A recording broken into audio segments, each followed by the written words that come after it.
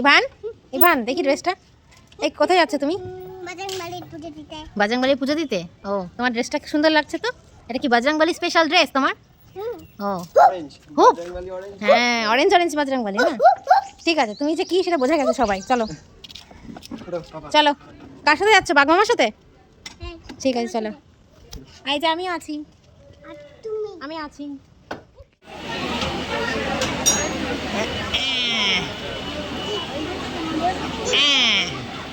আমি আমি দিয়ে নিয়েছি, হয়েছে। শ্রীরামদূতম শিরসা নমামি নম শ্রী শ্রী সীতা লক্ষণ ভরত শত্রু ঘন হনুমন্ত সমেত শ্রী শ্রী রামচন্দ্র। সবাই অঞ্জলি দিচ্ছে, আমরা দর্শন করেছি, এদিকে সব দর্শন করেছি।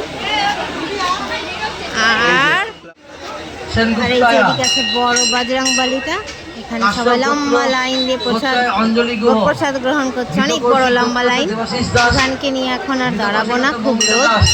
দর্শন হলেও পুজো দিলাম, এবার বাড়ি যাব। খুব ভিড়, জ্যাম পুরো। এই গভর্নমেন্ট কলেজের পিছনে যে মন্দিরটা আছে সেটা, এটা হোস্টেল, যেখানে সুন্দর করে সাজানো হয়েছে। সবাই অঞ্জলি দিচ্ছে পুজোর। আবার সন্ধ্যাবেলা আসবো, এখন অঞ্জলি আছে, ভীষণ ভিড়। আমরা আবার এসেছিলাম, আমি আর ভাই। এই যে ভাই,